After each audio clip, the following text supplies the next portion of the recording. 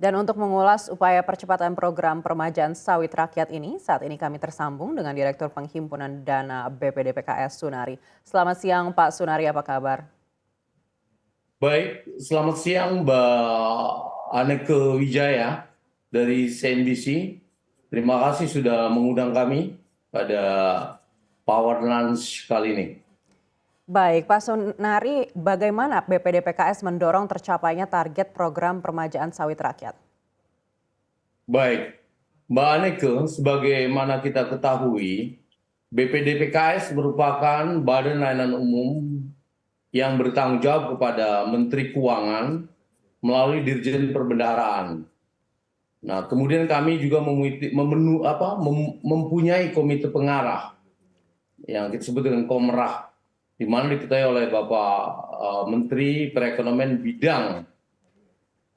Menteri Koordinator Bidang Perekonomian dan beberapa menteri yang pengangkut program.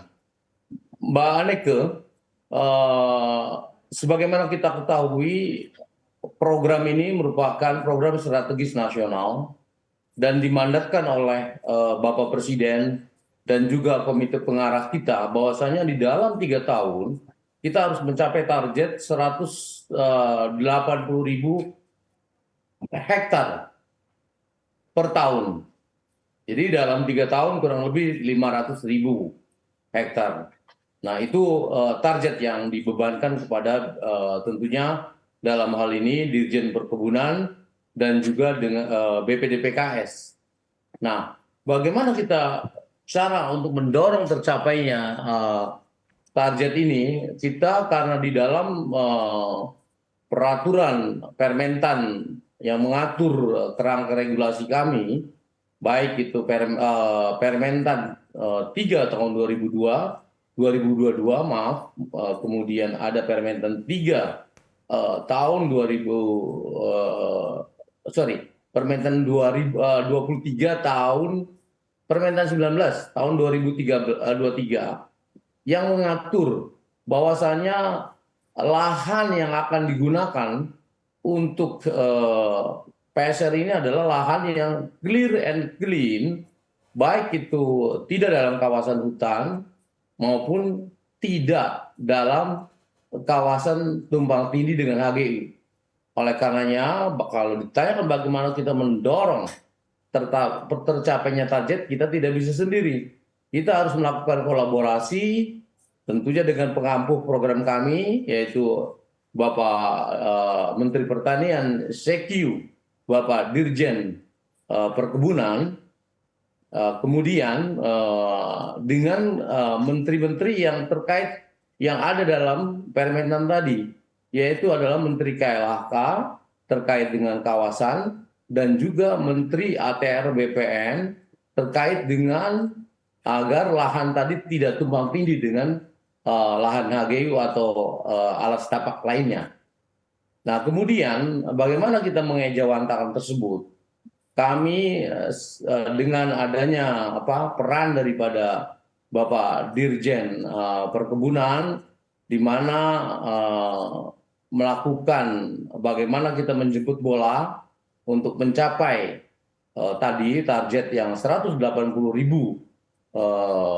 hektar per tahun dengan menjemput bola. Salah satunya adalah upaya strategis yang dilakukan oleh Bapak Dirjen Perkebunan bersama kami adalah membuat gugus tugas. Nah, gugus tugas ini terdiri dari lintas bidang, lintas sektor, yang tadi saya sudah katakan bagaimana kita melakukan kolaborasi, kemudian ke lapangan. Jadi apa permasalahannya di lapangan, kita selesaikan di lapangan. Jadi kita kembali ke Jakarta, kita sudah membawa draft Rekomtek, di mana akan ditandatangani oleh Bapak Dirjen Perkebunan, kemudian diteruskan ke kami untuk ditetapkan cap dirut siapa saja yang mendapatkan program PSR. Setelah itu dilakukan PKS, perjanjian kerjasama 3 pihak, antara pihak pertama adalah Ketua Kelembagaan Pekebun, pihak kedua adalah Bank Mitra, dan pihak ketiga adalah BPD PKS, yang dalam hal ini Bapak Dirut, Bapak Direktur Utama BPD PKS mewakilkan kepada saya selaku Direktur Penghimpunan Dana untuk mewakili BPD PKS di dalam rangka penandatanganan PKS 3 pihak. Demikian Mbak Ike ya. Baik, Pak Sunari, rekomendasi apa yang dapat diberikan BPD PKS kepada Satgas Sawit yang baru dibentuk? Nah, jadi begini, kami juga sering ikut ya, artinya terkait dengan tata kelola sawit ini hal yang sangat strategis dan penting.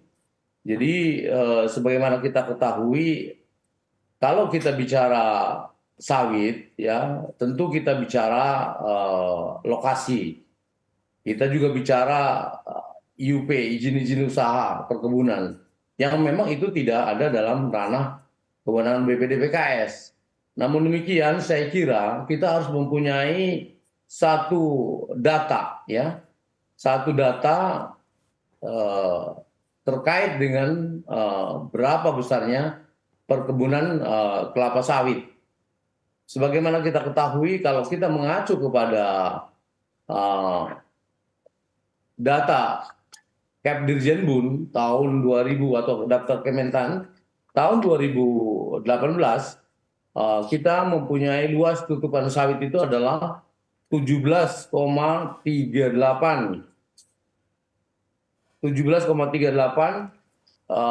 juta hektar. Nah, tentunya ini berkembang karena ada peremajaan, kemudian kita lakukan upaya-upaya tadi peremajaan kelapa sawit ya. Dan dari 17,38 tutupan sawit itu peran masyarakat masih sangat besar.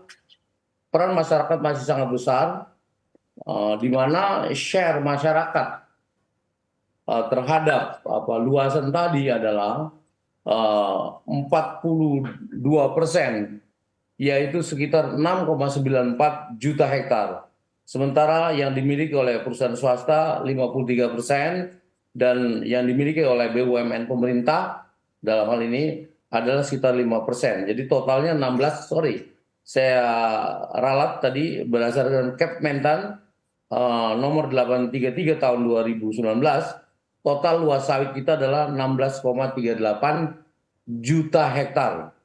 Ya, tersebar di dominan adalah Pulau Sumatera, kemudian Kalimantan, Sulawesi, sedikit di Papua dan di Jawa masih ada. Jadi tentunya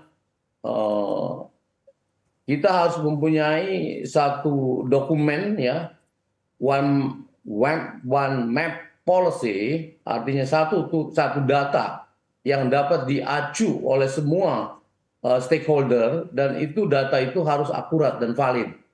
Nah, oleh karenanya melalui baik itu Menteri Koordinator bidang maritim dan investasi, kemudian tentunya dengan juga Menko kami, Menko Perekonomian, dan juga Menteri Teknis kami, Menteri Pertanian, kami mendorong terjadinya upaya-upaya validasi daripada data, kemudian kita dorong dengan pembiayaan melalui BPD PKS, nanti akan ditetapkan oleh Komite Pengarah, karena BPD PKS memang menerima tugas dari Komite Pengarah untuk mendanai kegiatan-kegiatan yang berkaitan dengan kelapa sawit, baik dari aspek tadi pemetaan, ya, sehingga kita mempunyai data yang akurat.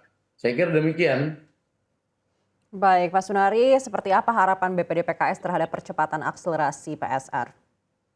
Iya, ini kami mempunyai peran yang sangat besar karena akselerasi percepatan replanting bagi BPD PKS itu merupakan indikator kinerja utama. Jadi IKU kami itu adalah bagaimana kami dapat mencapai target yang telah ditetapkan. Tadi cukup besar targetnya, 180.000 hektar melalui 2 jalur. Satu jalur dinas, ya, yang satu lagi jalur kemitraan, sebagaimana di dalam diatur oleh Permentan 19 tahun 2023.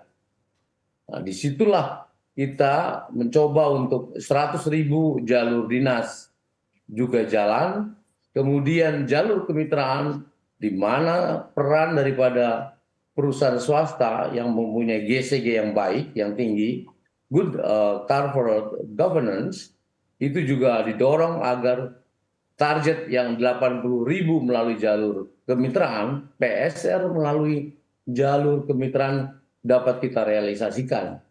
Jadi mohon maaf, peran daripada harapan BPD PKS memang ya kita tidak dapat sendirian.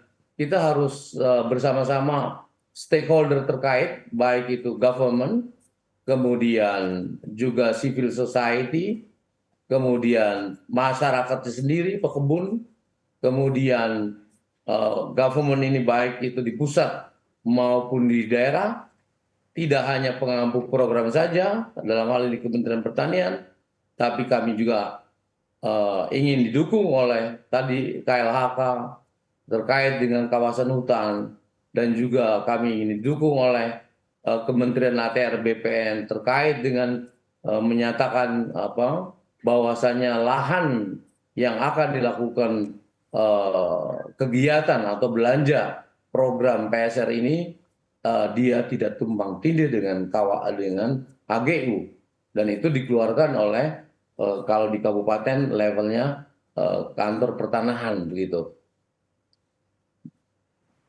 Baik, sekali lagi terima kasih Direktur Penghimpunan Dana BPD PKS Sunari telah bersama kami di Power Lunch kali ini. Sehat dan sukses selalu untuk Anda.